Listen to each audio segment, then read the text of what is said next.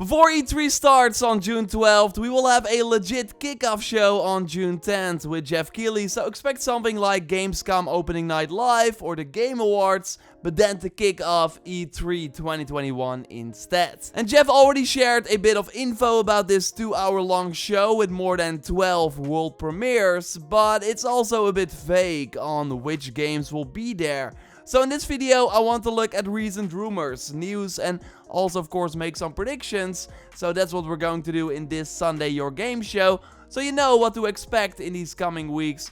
That should be very exciting, trust me. I'll of course answer one of your questions at the end of the video as well, so really a ton to go over. A like on the video would of course really help me out.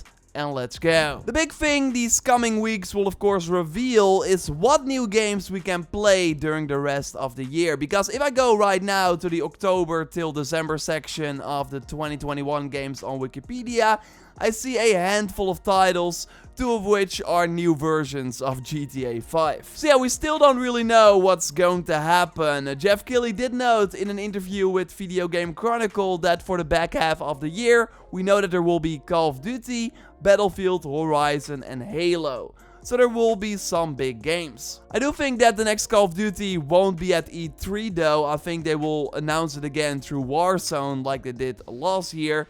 Battlefield will have a big reveal in June, as was already confirmed.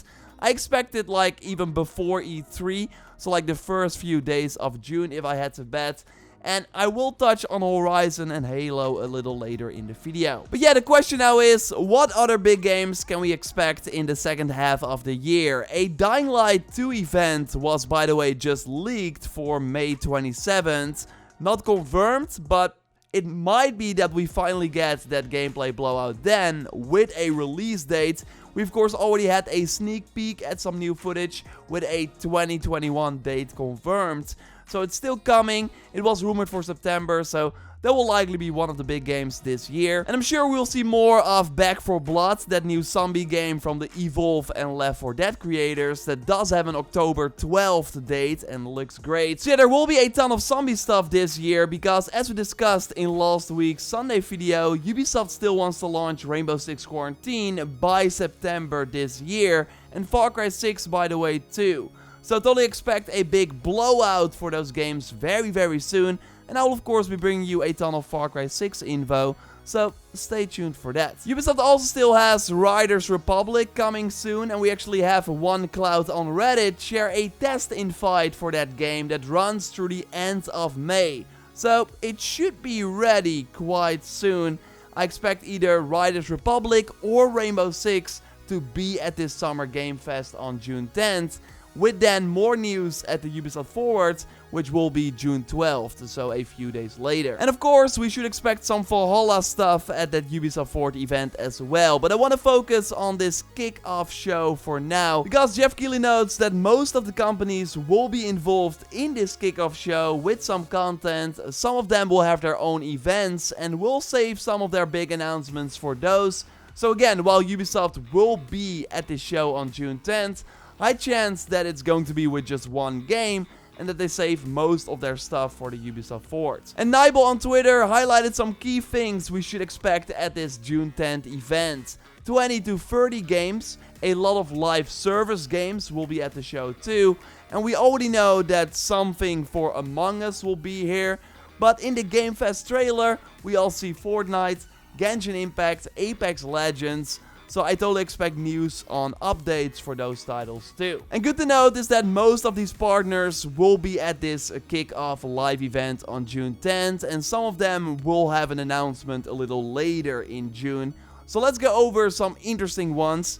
2K at the start here. And the big news we got last week is that 2K is planning to release 2 new immersive core franchises by March 31st. So this basically means that they have 2 big full price games like Borderlands and Mafia, but new IP. And one of those new IPs is from Gearbox, and Video Game Chronicle tweeted their article, and Randy Pitchford, of course the CEO at Gearbox, quote tweeted by saying, after which someone said this quickly, to which Randy responded, By quickly, you mean years of work? Okay, they've been working on this for quite some time then. I'm really curious to see what this new IP is. And I also would not be surprised if the other new IP from Take-Two that is coming before March 31st is from Firaxis, behind Civilization and XCOM. Because they have several games in development that will be revealed this year. In terms of 2K, I'm still holding my fingers crossed for that new IP from the Mafia 3 creators, Hangar 13, but seems like we have to wait a little longer for that. Another noteworthy partner here is of course PlayStation, especially because they will not be at E3, but likely do have at least one trailer during this kickoff show. And we saw Ratchet & Clank in the Game Fest trailer. Jeff actually last year had the gameplay reveal during Gamescom for Ratchet, so with the game coming out the day after this kickoff show, I can see them like drop another launch trailer or something, but I do hope PlayStation has more on June 10th. Because sure, a state of play from Sony during this summer seems like a safe bet, but a tease for Horizon Forbidden West gameplay during this kickoff show would already be amazing. It will also be 1 year since that announcement trailer by that point, which is pretty wild. And obviously, this is what I am the most excited about, to finally see Aloy in action in the sequel. Something like that 8-minute E3 2016 demo we had for Zero Dawn would already go a long way for Forbidden West, and I totally think it's a safe bet. Although it will likely be at Sony's own event instead. Where we then also see that rumored Last of Us remake I discussed way more in depth in my previous Last of Us video, totally check it out if you haven't already. And I will do way more in-depth predictions for that Sony show when it's actually announced, like God of War will very likely be there. But yeah, I think it will be the end of June if I had to bet. Although fingers crossed that we will already see Aloy on June 10th. Xbox will do their traditional E3 press conference around that June 12th window, likely a few days later. And this week we learned that they are planning to host a joint conference with Bethesda. So should be a long one then. Of course, Halo Infinite as the big holiday title will be front and center during this show. And I'm really curious if they can change the narrative and show some exciting footage, because I think most of you agree that the previous demo was pretty underwhelming. Psychonauts 2 will likely get another big push because it's supposed to be coming out pretty soon, although rumors of a shadow drop at E3 do not seem to be true. Big games like Fable, Perfect Dark and even Everwild are still far away though, according to recent rumors. So I'm really curious how much time they will spend on those titles when they also have a new Forza Horizon game very likely coming this year.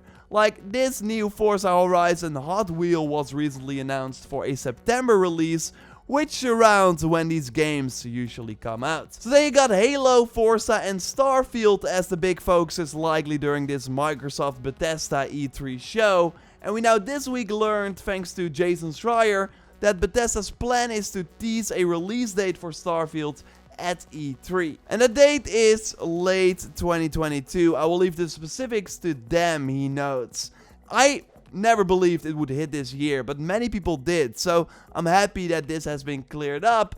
But yeah, it will still of course be a big reveal nevertheless. And then there are way more publishers on this partner list that should have some cool stuff. I'm sure we'll see Lego Star Wars here during the summer, but I also hope that Warner shows at least one of their 2022 games. Like new Gotham Knight gameplay for example would be awesome. And what is that Monolith Shadow of War team working on? It has been almost 4 years since Shadow of War, so I really hope to see what they are doing next during this E3. And we talked many times in these Sunday videos about Saints Row 5 and Dead Island 2, which are right now planned for before April 2022. And seems like they are Epic Game Store exclusive on PC, as we see in this Apple versus Epic court doc. Hard to see it, but both Saints Row and Dead Island 2 are red, which means they are Epic Game Store exclusive. So I still expect them to be announced very, very soon, and seems like they will not be coming to Steam. And I can really be here for an hour if I want to go over every publisher who's going to do stuff during the Summer Game Fest or E3. I do want to touch on Square real fast though, because they of course have Life is Strange True Colors, which was announced during a Square Presents event. And I wouldn't be surprised if they're gonna do another one of those events, because I think they will have quite a lot this summer. We namely got a credible leaker who now says that we should get another PS5 exclusive Final Fantasy game. Maybe that's like 7 Remake 2. Going back to the article, they also note a cross-gen Idols title should also be announced.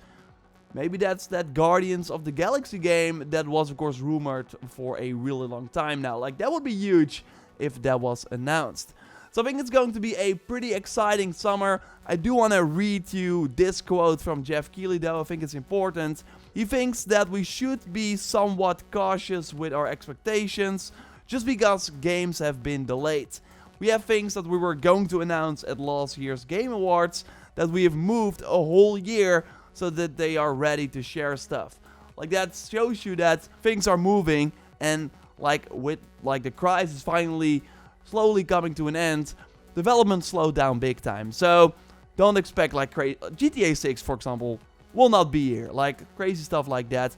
Don't think it would ever be here. Like, at an E3, they will likely use their own event. Either way, we should like temper our expectations. Still though, I think like the things we discussed here are pretty safe bets. And if everything that I mentioned in this video will be announced or revealed in the coming weeks, that should be really exciting. And also cool is that it's all going to be in June this time. Or EA is going to do their EA Play show July 22nd. But apart from that, most of the stuff will be in June instead of like every week one event, which should also just be way better. And I will of course be live reacting to most of these shows, so I hope you will join me so we can watch these shows together. It will be live on YouTube and on Twitch, and totally follow me on Twitch if you haven't already, twitch.tv/JorRaptor. I will leave a link to it in the pinned comment. We stream every weekday. And in the comments you can also let me know which game you are the most excited about to hopefully be revealed during this summer game fest. And of course you can also ask me a question that I then might answer in the next Sunday video. Last week we got a question from Vince Kaman. Will you cover Biomutant?